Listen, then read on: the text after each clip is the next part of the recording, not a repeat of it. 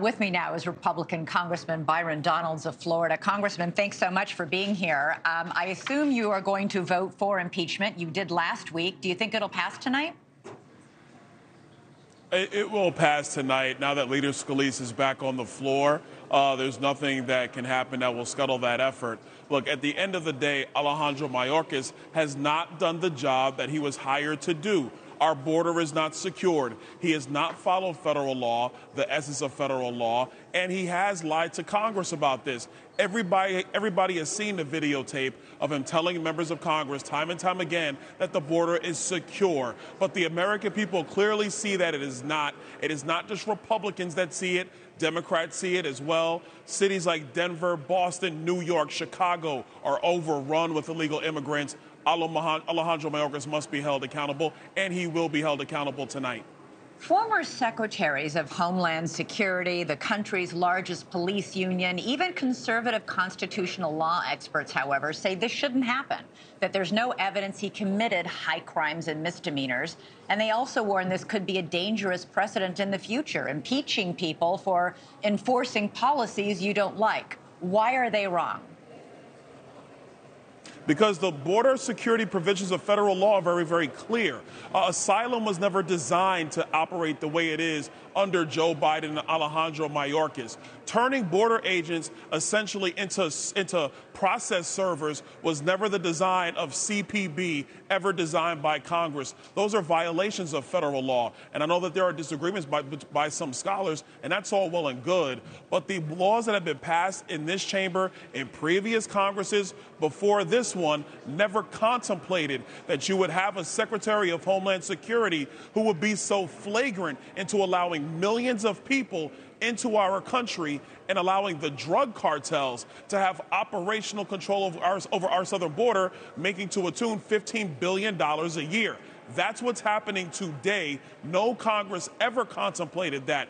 So that is why it's a violation of law, and that is why Alejandro Mayorkas will be held to account today. But you do know this is largely symbolic. This will go nowhere in the Senate. You've expended an enormous amount of energy and time and effort trying to do this, and it's symbolic.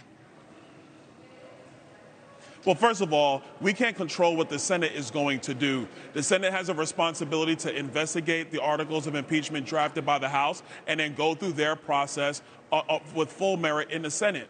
Our job is to hold the administration accountable. And so if the Senate won't do their job, and frankly, the Senate hasn't been doing their job the entire 118th Congress, that is not the problem for the House. The House is going to represent the people that we serve across the country. We're going to do our jobs. We're going to hold him accountable. But let me also say this. A lot of people in the news media, they never say how feckless the two impeachments against Donald Trump were, because they were both feckless, they were both thin, they were ridiculous, they were political, and the Senate did not follow through with those either. Yet the media still talks about them today. Border security, as you outlined, is a massive issue. Massive. And members of your own party have talked a lot about this being a national crisis, that there's an invasion at the border.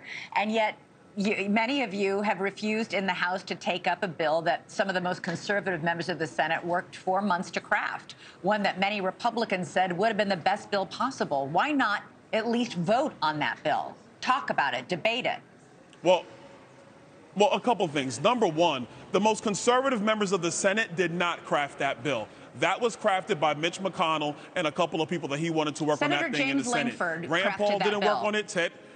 Excuse me, I'm telling you right now, James Lanford, if you were going to ask me to compare him to Ted Cruz, Rand Paul, Mike Lee, they're at a different level than Mr. Langford. Now, let me go back to my point. Number two, the House has passed H.R. 2. It is by all measures the most conservative policy ever brought to securing our southern border. Chuck Schumer's never brought that up for a debate, and we passed that last year. So your argument actually needs to be in reverse. How come the Senate won't debate the policy that was passed by the House of Representatives?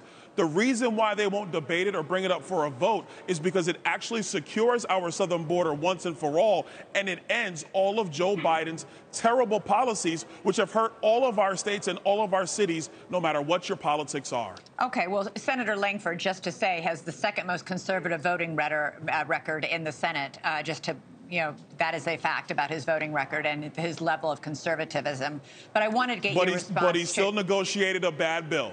but he still negotiated a bad bill. The bill is terrible. Let's just say it. Let's leave it there. I want to get your reaction to what your colleague, Representative Benny Thompson of Mississippi, who's the top Democrat on the Homeland Security panel, said.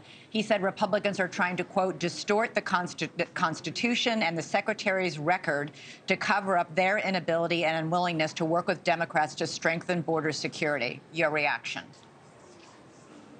I'm not going to listen to Benny Thompson about distorting the Constitution. Are you kidding me? The last 2 impeachment votes that came through this chamber, the fact that the January 6th committee destroyed evidence that they were compelled to maintain under order from then Speaker McCarthy. The January 6th committee got rid of that evidence, which is a violation of federal law. I believe Benny Thompson was the chairman of that committee. So I'm not going to listen to Benny when it comes to this. The House is going to work its will tonight. We are going to impeach Alejandro Mayorkas. He has not done his job, which is to secure this nation. And I don't care what your politics are.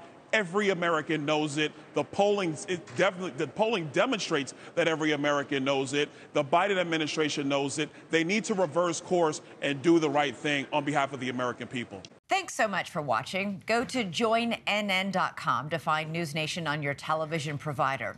And don't forget to click the red subscribe button below to get more of NewsNation's fact-driven, unbiased coverage.